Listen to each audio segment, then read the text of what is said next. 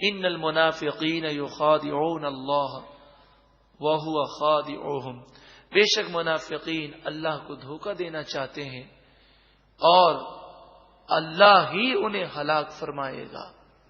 وَإِذَا قَامُوا إِلَى الصَّلَاةِ، اور جب وہ نماز کے لیے کھڑے ہوتے ہیں، قَامُوا كُسَالَىٰ، تو سستی کے ساتھ کھڑے ہوتے ہیں۔ یہاں بات تنہائی کی ہو رہی ہے۔ لوگوں کے سامنے، صحابہ کرام کے سامنے تو بڑی لمبی لمبی نمازیں پڑھتے تھے، جب کمرہ بند ہوتا، کوئی نہ دیکھ رہا ہوتا تو نماز قضا ہو جائے، پرواہ نہیں ہے، کیونکہ جب حضور کی محبت نہیں ہوگی تو اللہ کی محبت کیسے پیدا ہوگی؟ تو یہ نماز کا وہ شوق اور ولولہ انہیں نہ ہوتا۔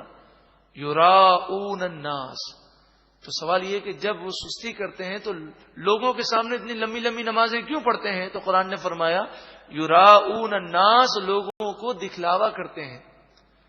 ولا یذکرون اللہ الا قلیلا، اور اللہ کو یہ بہت تھوڑا یاد کرتے ہیں۔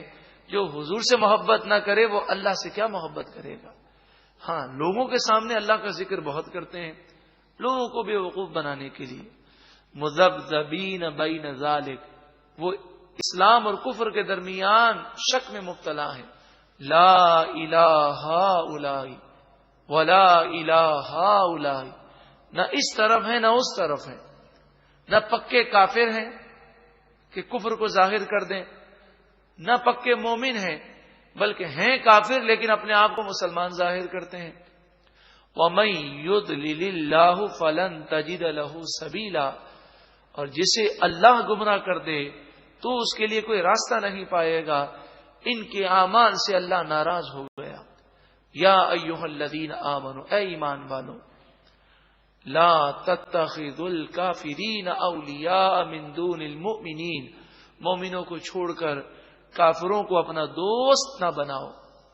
اتریدون ان تجعلوا للہ علیکم سلطانا مبینا، کیا تم چاہتے ہو کہ اللہ کے لیے تم پر سلطان مبین ہو جائے، واضح دلیل ہو جائے اور اللہ کا غضب تم پر آ جائے؟ ان المنافقین فی الدرک الاسفل من النار، بے شک منافقین جہنم کے نچلے طبقے میں ہوں گے۔ سب سے زیادہ عذاب منافقوں کو دیا جائے گا کیونکہ اسلام کے لیے زیادہ نقصان دہ ہے۔ وَلَن تَجِدَ لَهُمْ نَصِيرًا، اور تو ان کے لیے کوئی مددگار نہ پائے گا۔ إِلَّا الَّذِينَ تَابُوا، مگر وہ منافقین جنہوں نے توبہ کر لی زندگی میں، وَأَصْلَحُوا، اور اپنے آپ کو سنوار لیا، وَاعْتَصَمُوا بِاللَّهِ، اور اللہ کے دین کو مضبوط تھام لیا، وَأَخْلَصُوا دِينَهُمْ لِلَّهِ، اور اللہ کے لیے اپنے دین کو خالص کر لیا، فَأُولَئِكَ مَعَ الْمُؤْمِنِينَ، پس وہ لوگ مومنوں کے ساتھ ہوں گے، وَسَوْفَ يُؤْتِ اللَّهُ الْمُؤْمِنِينَ أَجْرًا عَظِيمًا، اور ان قریب اللہ تعالی مومنوں کو اجر عظیم عطا فرمائے گا۔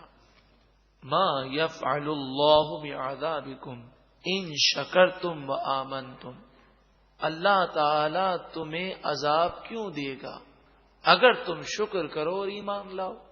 اگر تم شکر کرو اور ایمان لاؤ تو اللہ تمہیں عذاب نہیں دے گا۔ صرف دو چیزیں ہیں، شکر کرنا ہے اور ایمان لانا ہے۔ ایمان پہلے ہے، شکر بعد میں ہے۔ جب عقیدہ درست ہو جائے گا تو پھر وہ شکر کرے گا۔ شکر سے مراد عبادت ہے۔ یہاں ترتیب میں تو پہلے شکر ہے پھر ایمان ہے، لیکن عقائد کے طور پر جب تک ایمان درست نہیں ہے، عقیدہ درست نہیں ہے، کوئی عمل قبول نہیں ہوگا۔ اور جب عقیدہ درست ہے تو اللہ اور اس کے رسول کی فرما برداری کرنا یہی شکر ہے۔ وَكَانَ اللَّهُ شَاكِرًا عَلِيمًا، اور اللہ تعالی شکر کرنے والے کو ثواب دینے والا اور جاننے والا ہے۔ اللہ کی بارگاہ میں دعا ہے کہ اللہ تعالی ہمیں شکر کرنے والا بنا دے، اس کا فرما بردار بنا دے۔ کافروں سے دوستی سے منع کیا گیا۔ آج مسلمان جو ذلیل و رسوا ہیں، آپ شروع سے تاریخ پڑھ لیجئے، مغلیہ سلطنت جو تباہ ہوئی اس کی وجہ انگریزوں سے دوستی تھی۔ عراق تباہ ہوا اس کی وجہ امریکہ اور روس سے دوستی تھی۔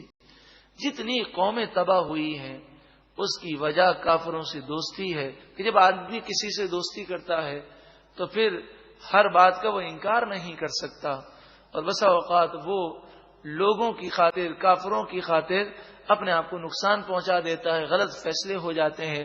اللہ تعالیٰ ایسے کافروں کی صحبت سے اور ان کی دوستیوں سے ہم سب کو محفوظ فرمائے، شکر کرنے کی توفیق عطا فرمائے۔